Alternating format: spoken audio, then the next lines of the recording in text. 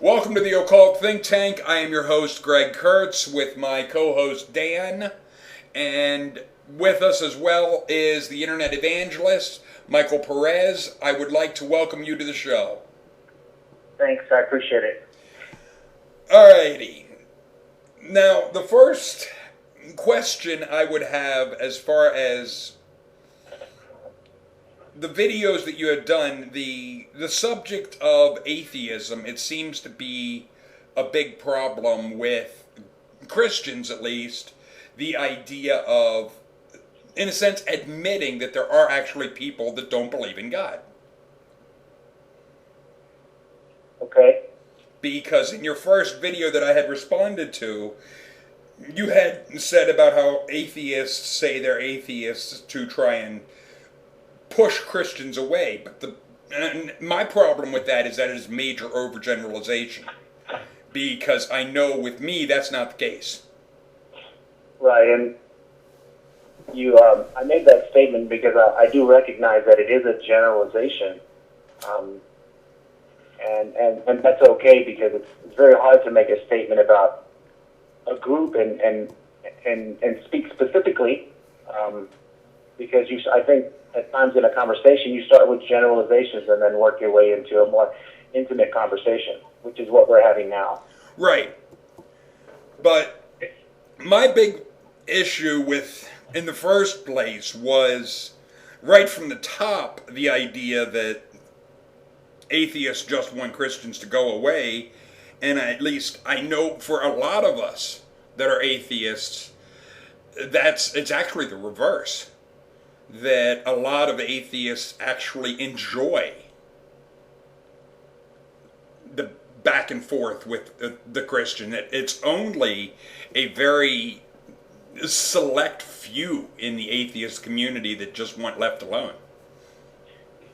Can I add something in real quickly, Yeah. just on this one? Also, on top of that, I think we should be also very clear that, and actually, I'm with you on that, Michael, and I really actually, really admire you for wanting to be open to listen to where different views are coming from and just where it is. And it's true, I think we all start out with generalizations, and then, we work our way through the process, and I think that's beautiful. That's really the whole thing about life.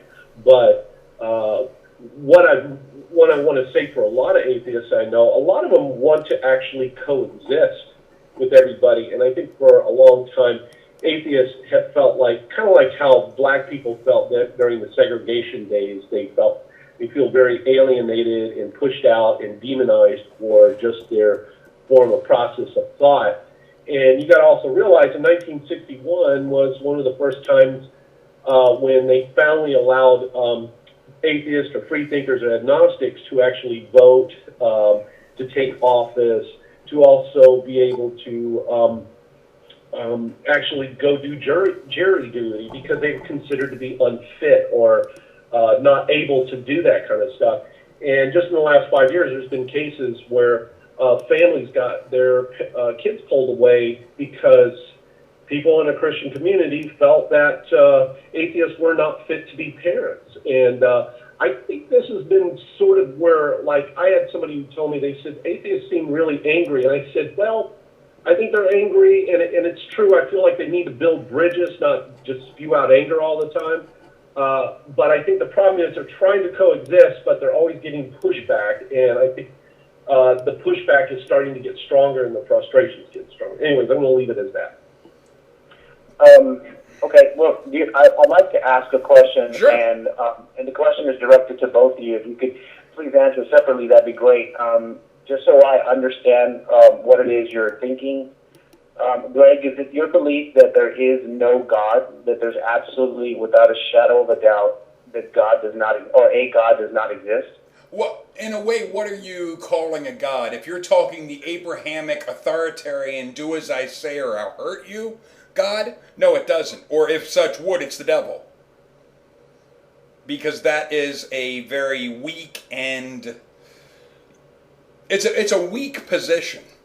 Anyone that, if you would you have children, if you say to your kids, do what I say or I'll hurt you, that is appealing to their fear base. It's not trying to communicate with them on a,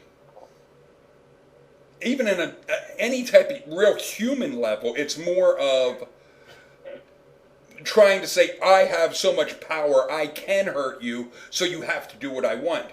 But the thing is, if you have that, if you really have power, you don't have to display it. So in the aspect of the Christian God, absolutely not. In the aspect of a force, what I have termed all that is, I'm open to that possibility or probability. But once again, it's not the Christian God. Okay, so just so I repeat what you say, so you don't think I'm misconstruing anything that you're saying, is that you believe that there's the possibility of a supernatural being, but in no way or shape or form could it ever be the Christian God? Is that what you're saying? I wouldn't say supernatural. I would say it is basically that the term would be all that is, that all life would be a piece of. That there could be something on like an 11th dimension that would be connected to all life. But it wouldn't be an entity like we even conceive of one. Would all life include a relationship with man or people? It would include all life. It would not just be humans. It would be all life. Okay. It would also be any extraterrestrial life that is in the universe. It would not be separate from any of it. Right. Mr. Dan, is it your belief that there is no God and never has been? Well, that is I'm glad you bring this question up. I would have to say a lot. I would concur with where Greg is at. Just so you know quickly, my background, I used to be a Christian pastor, and also I studied Islam, and I have friends who were in the Hindu faith, and I've looked at all the different views on how people have looked at God, and they have made God, and as I've listened even somewhat towards you and majority of most Christians, Muslims, everybody else, they've created a God out of a personality. And some of the personality is very sociopathic and very vindictive. And that was the biggest problem I had of course, people always ask me, when did you got away from, Christianity and didn't buy into the Abrahamic God? It's when I read the Bible. And the more I got to understand the Bible, the more I was like, ooh, this is not a personality. Just like I cannot support Adolf Hitler and his vindictive ways of dealing with things, and he ran things like a dictator. The God out of the Bible and the Quran, a horrible dictator. They're both an Abrahamic God. Allah means God the Father. Same thing as Christians call God the Father. They're from the same source. So basically, they're just talking about a personality trait. But is there something very strange going on? Yes, I think there is. And, now I'm a biologist, I have friends who are physicists and studying quantum physics, and really looking at physics. There is a very extraordinary thing going on, just like gravity is a theory, electromagnetic waves is still a theory. We have a lot of matter, and also how you look at atoms, which are built off of this has electromagnetic waves inside there holding the protons and the neutrons together. And these things are kind of popping out of sort of nowhere. And in a lot of ways, I think in like Taoist point of view, they say once you start naming this thing, whatever it is, once you call it a name, is when you've lost it. Once you think you know what it is when you don't know what it is. This thing is so completely complex that it does not have a personality trait of Adolf Hitler. It doesn't send people to eternal damnation because you don't believe or anything. If anything, the more I've got to understand whatever it might be, if anything, it would actually reward those who are a lot more skeptical on things instead of just buying into a gullible belief system. But honestly, and I get a lot of crap from Christians, the more I've got to understand, I don't know if there's a mixed life, but I think there's possible. It's very possible. But the bottom line is, as I have always told everybody, if you want to call it heaven, you're going to see everybody there. There is no hell below us. The thing is, it's when you actually understand it, Buddhism really touches upon this probably better than anybody, is that they touch upon the fact that we are all just gaining through enlightenment. And a lot of times we make a lot of mistakes on the way, just like Adolf Hitler does, but it does not mean that we're cursed with eternal sin or we're cursed with this. That seems to be where the Abrahamic world comes into. And in a lot of ways, I have to say, if you're going to get down to that kind of God, you've lost me, because that God just does not exist in my world. But I'd rather not even call it anything, and I don't know what it is. And so I leave it open for interpretation and where everybody wants to look at it. But I would say when I'm atheistic on all of this mythology, Harry Potter crap that I have to listen to. Okay, so in summary, you're now denouncing that there is a supernatural being or spirit, so because you can't personify it, you're saying that it's possible that it is a spirit? Well, it depends what you call spirit. I mean, that's just another made-up word. So, okay. Well, and a lot of people have a different interpretation. So I'd have to figure out where you're going with that. What I would be concerned about is you're wanting to use the term supernatural. Well, it's beyond natural. The thing is, that aspect, what it brings into, at least as far as I'm thinking, when you say supernatural, I'm thinking Q, Star Trek, or I Dream of Jeannie, blinking things into existence. That does not exist. There is no such thing that can do that in that regard. Okay. That it can snap its fingers or wiggle its nose or maybe shake its butt to get something to appear. One of the things that you were kind enough to shoot back a response video from a video I had left online. Yeah. And I just want to kind of make sure that I say exactly what you said, and maybe you can shed some light on your response video. One of the things that you and Dan share in terms of your background is that did you ever consider yourself to be saved or having the knowledge that God was real? Did you ever have that in your youth? Absolutely. I think you mentioned that from the age of 16 to 24, you were on a journey to kind of press forward and genuinely ask for this is. So I'm repeating your words, so you don't think I'm making this up or planning a word here and there. But you had said that you had prayed that you would know all that there was to know about God. Is that correct? Yes, that was at 16. I had realized that if what I was told in Christianity was true, that I needed to know everything there is to know about God.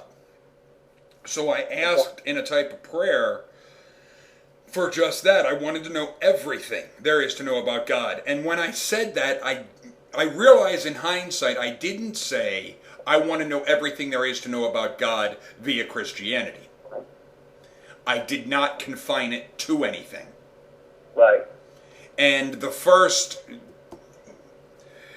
what I felt guiding me, all my life I have felt something guiding me, and I've come to realize it as what I term my higher self. The first question I was given was, who are you going to follow, us or the church?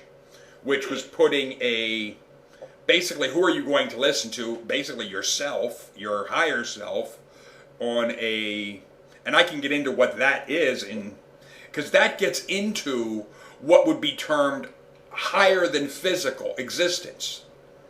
Because one of the things that I've come across is the idea that we are multidimensional beings. That we exist in physical space here, but there's another part of us that exists in a higher dimension, as well as other versions of us throughout time. That the past, the future, the present, it's all the same thing. It's all occurring now. It's just on different vibrational frequencies. Let me ask you a question. Yeah. I'm glad you explained that. I appreciate that. You had mentioned that you thought, or it was told to you that you were called to preach. No. Can you explain? No. I had said in a video that people had said that I should be a preacher. And why would they say that? Because of how articulate I am, because of my knowledge of the Bible. because I am a good speaker, people thought that I should be a minister. I had, to use the term, prayed about it, and what I felt clearly, without any doubt, was no, your path is in another direction. So what was guiding me was actually going the opposite direction and saying, absolutely not, you will not be a minister. That's not the path for you. Basically, that's not the path that I intended when I came into this life. Gotcha. Thank you for sharing that. It's actually in the opposite direction. Dan, could you tell us your experience about, for you to pick up a Bible and preach it and to have people in front of you that are hungry and thirsty and needing guidance, can you tell us about that journey, or what some consider the calling to minister? Can you explain that to us real quick? Is that for me? Mm-hmm. Yes, Dan. Oh, yeah, when I did, I've had a lot of friends that I got into when I was in ministry, and we were both preaching and got into ministry. I was in the same class with them. And right now, out of a lot of those, there's a lot who have left. And matter of fact, most of my friends right now who are preachers don't even believe in this stuff anymore, especially in the Bible. But they're preaching it because it's a job. And we were all talking about this I probably about a year ago when I got to meet with a lot of these friends of mine. And we were all saying, did you really feel like you were called? And it was like, no, a lot of people kind of built our ego up to saying, you know what, you've got a preaching power. And to be honest with you, that really felt good to me. And then I really thought in my mind, because my ego sort of got like, yes, I can do this. And also I felt very, mainly more manipulated with my whole family. Like, if you be a pastor, you'll make us proud and happy and all this stuff. So I felt like I had more ulterior motives to do it. And a lot of people know that I'm unafraid to get in front of a lot of people and actually speak, and that's never bothered me. And when I got into it, my intent was to help people, because honestly, I believe that what Christianity told me was I have to save people, which obviously I have to do God's work to save people, because God still is angry about this piece of fruit that 2 people ate, whatever, 10,000 years ago. And now everybody's in jeopardy of burning and torturing in a hell forever. So I felt very compassionate, like, wow, I need to do something about this. And when I started really reading the Bible and really thinking about what I was doing objectively, and as some of my friends who are pastors right now even said the same thing, you realize that this is just crazy and completely does not make any sense. And why am I having to try to defend and also try to help all these people who, some who may not listen, some who belong to a different religion, people I've even come across that were happy in like Hinduism. And I would know, even kids, and I'm sitting around going, these kids are going to hell just because they belong to the wrong group.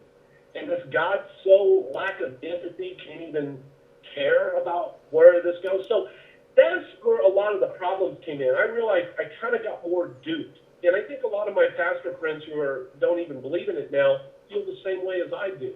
And we're really glad that I got out and wish they could, because right now, to try to get a job after if you want to get out of being a pastor, is really difficult. I mean, you put it on your resume and say, yeah, for the last 20 years I've been a pastor. What is that going to do for anything in the business world? Not a lot. I mean, maybe PR, but that, is about as far as you're going to go. You pretty much have to go back to school and, try to get your group back together with yourself. So, yeah, I never felt compelled. And I just want to leave you with this. I don't want to get too long with the thing.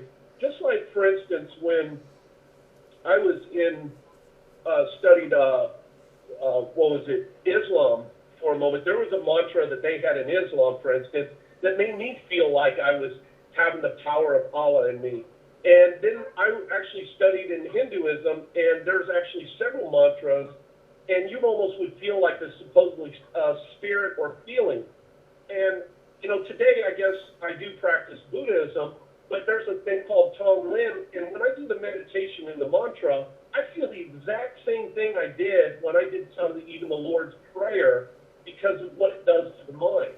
So I don't think it's really a calling. I think it's the way the mind gets, the ego, everything comes into play where you start feeling these things, and they're just these natural feelings. And maybe it does come from a source, but it doesn't belong to one source. And this is a thing I've realized through time.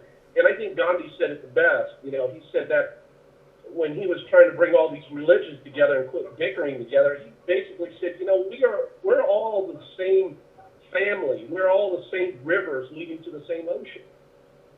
Mm-hmm. Okay. Does that make sense? Or did I lose you? Yeah. Well, thanks for sharing that.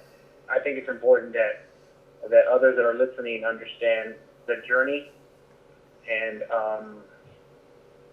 it's important that we be transparent. Some of the videos I had put out were designed to ask some very simple questions, and I know the questions may have sounded elementary, but I had various answers from different people throughout the country and throughout the world, because we had responses from all over. And I laid out some questions, so I'm going to ask some simple questions, and if you can respond, that would be great, so we kind of know what your thoughts are about certain aspects of life. One of the questions I asked on the video was, is it right for you to commit adultery in your marriage? And I had so many different answers from those who call themselves atheists. Now, I could have asked that question to any other general group of people, and the answers may have been the same, so this is not an attack on the group. It's just a question that was laid out, and I had various answers come in. So the question is, and I want to start with Greg, is it right or wrong for you to commit adultery in your marriage?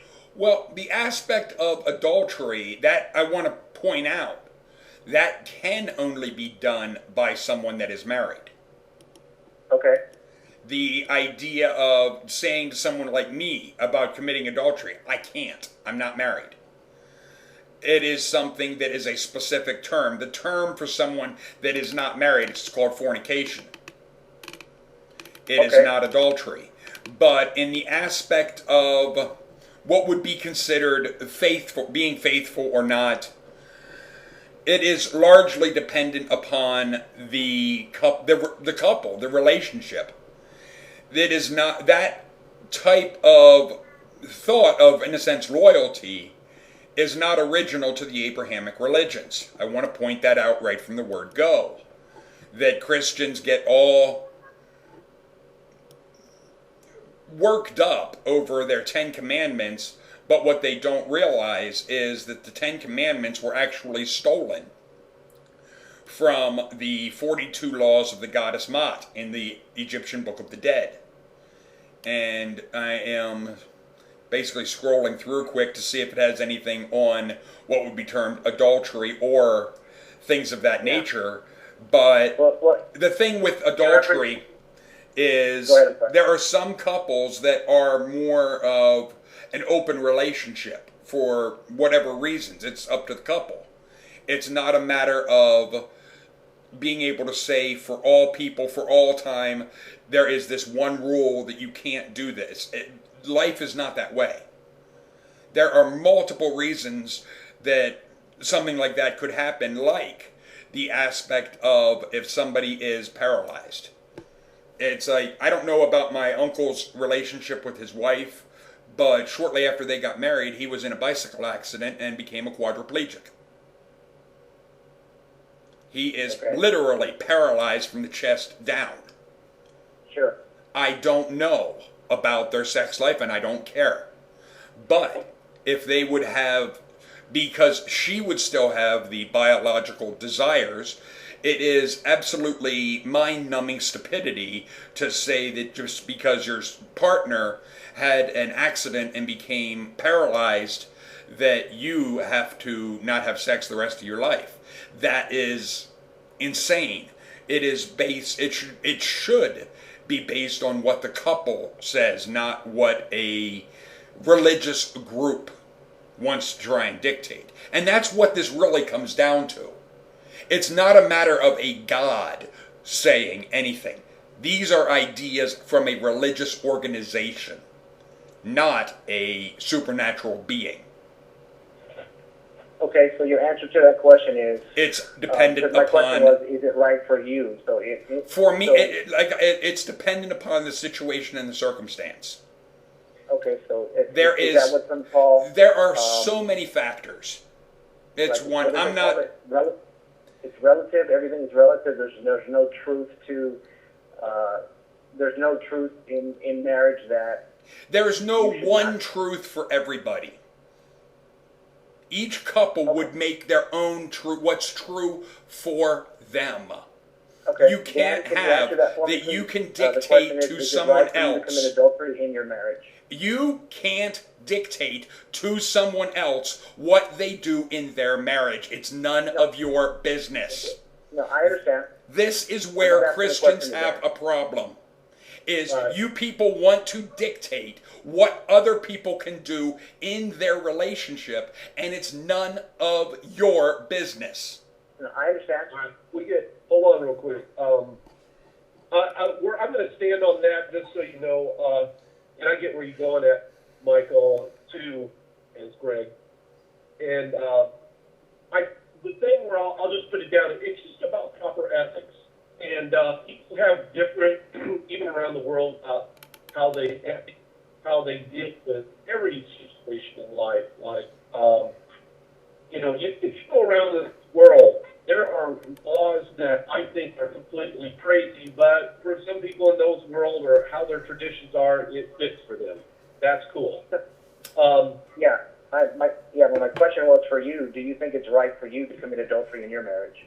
Well, no, if it creates pain. I mean, if all of a sudden we're at the agreement that we're allowed to have an open relationship and it doesn't create any pain, then it's okay. But if it creates pain and I'm just lying and saying, oh, yeah, I'm being faithful when we made an agreement, and then I don't, she catches me, then you know what? Then yes, that right there is the wrong thing to do because I'm creating suffering for that person as vice versa for me. So I would agree with you, it'd be wrong. I don't know if it's called adultery, but it's adultery in the point that I've lost that person's trust. And it created pain.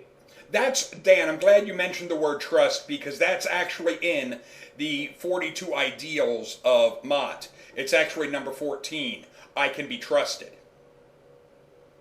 And there's also one that, further down of I hold purity in high esteem. There's another in the aspect of they're said in different ways. Another is I will not abuse my sexuality.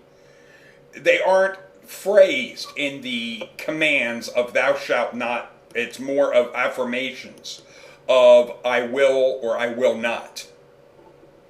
And one of them is I will not abuse my sexuality? Yes. Number 11 is I will not, in the aspect of I will not, is I will not abuse my sexuality. There is I will not bear false witness. I will not set my mouth in motion against another person.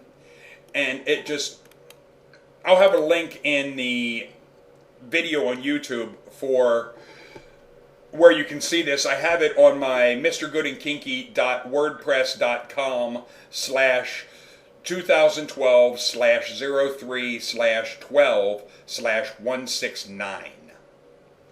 And that is the post where I have listed, it's actually, it looks like 3 different ways that these things are said in the 42 ways. But it's all... I don't want to change the subject because everything is connected. But I do want to ask Greg about a specific incident that you share with me. Sure. And I know it was by phone, so... if it's too personal of a conversation, I don't want to disclose anything you don't want me to. But everything you shared with you, then if you're welcome to give back to me. So I just want to go back to one instance. You had said that one time you were in church, you were younger. I don't remember the age, but they were showing a video or a movie on the rapture and the things that happen to those that are left behind. And you said that you were gripped with fear, and that you said something or someone embraced you. Can you just explain that real quick? That was actually my first experience with what I termed as a kid, as a very young child. I thought of it more as the divine. I did not know what it was. Right. I've come to realize now that is what is termed in the New Age terms your higher self. But it was about 10 years old, and I was they were showing this movie on the Mark of the Beast and this rapture shit. And what it came down to was the fear that I felt was as a child. A child seeing these images, it scared me to death. And something came forward. And I literally I felt arms wrapped around me and embraced. And I had looked, and no one was there. But I felt like I was being held. And I heard in my mind a very firm male voice saying, "Do not believe this. This is not true." But I was also told at that time specifically, now is not the time for you to know. That there will come a time when you need to know, but for now, forget about it. And I did for 6 years. Completely forgot about it. But then, when I was 16, there was one point I had just come home from church with my family, and I was sitting downstairs before dinner, and I was flipping through the channels, and I came across this TV preacher called Jack Van Impe, who is an absolute idiot. And he said one word, and it was like a post-hypnotic suggestion. The word rapture. As soon as he said that, what had guided me was back, and it directed me to now study the Bible, but try to prove it true. Right. And I thought that was weird. That it would take the exact reverse position from what it had said, but there's a genius to it. I went into studying the Bible to do exactly what I was told, even though I didn't understand. I was, okay, I'm going to try to prove this true. And it was, don't twist anything in the Bible, go just by what is there. I tried doing that, and what I found was I couldn't do it. That the Bible teaches against this. The Bible actually teaches that the one that shows up first is, in Christian terms, the Antichrist. It is mentioned in the rapture Christians will quote 1 Thessalonians 4, but what they don't understand about where it says they go down and they start at verse 16, but the subject begins at 13. Where it says, "But I would not have you be ignorant concerning them which are asleep, that ye sorrow not." And then in 14, "If we believe Jesus died and rose again, also them which sleep in Jesus will God bring with him." The thing is, the word asleep means dead. It's not a matter of sleeping as we do every night. It is in the aspect of being dead, which correlates back to Ecclesiastes chapter 12, verse 7, that says the flesh returns to the earth, and the spirit returns to God who gave it. This idea that I've heard from TV preachers like Jack Van Impe and the idiot from Texas, the heavier set guy from Texas, the John Hagee, that graves will be opened and so forth, that we'll have the night of the living dead. That's not biblical. Because the idea of to be absent from the body is to be present with the Lord type of thing. That you're not laying in a hole in the ground is pretty much what is being expressed in 1 Thessalonians 4. When you die, it's a passage about where are the dead. It is not about flying away. Because with that subject, it goes on later in 2 Thessalonians chapter 2, verse 3, where it says, "Let no man deceive you by any means, for that day shall not come, except there come a falling away first, and the man of sin be revealed, the son of perdition." According to Christianity, the only son that was damned to perish was the Satan figure. But then in verse 9 of chapter 2, it says, "Even him whose coming is after the working of Satan with all power and signs and lying wonders." And it goes on, and it actually shows a sadistic side of the God. In verse 10, "With all deceivableness of unrighteousness in them that perish, because they received not the love of the truth that they might be saved." Verse 11, "For this cause God shall send them strong delusion, that they should believe a lie." The God is sending a deception so that people will believe a lie, which means the God is setting people up. Let me ask you a question. I appreciate you going through those scriptures. You had talked about, and I'm going to quote you, and then I will let you elaborate. But you had said that Satanism was atheism in devil's clothes. Can you explain that? There are 3 different types of Satanism. There's not just one type.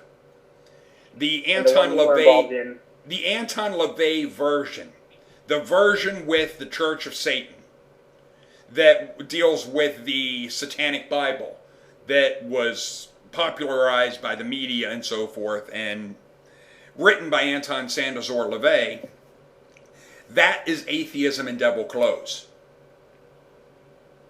There is an aspect of Satanism that I call reverse Christians, where they believe in the reverse of Christianity, that Satan is the God and so forth.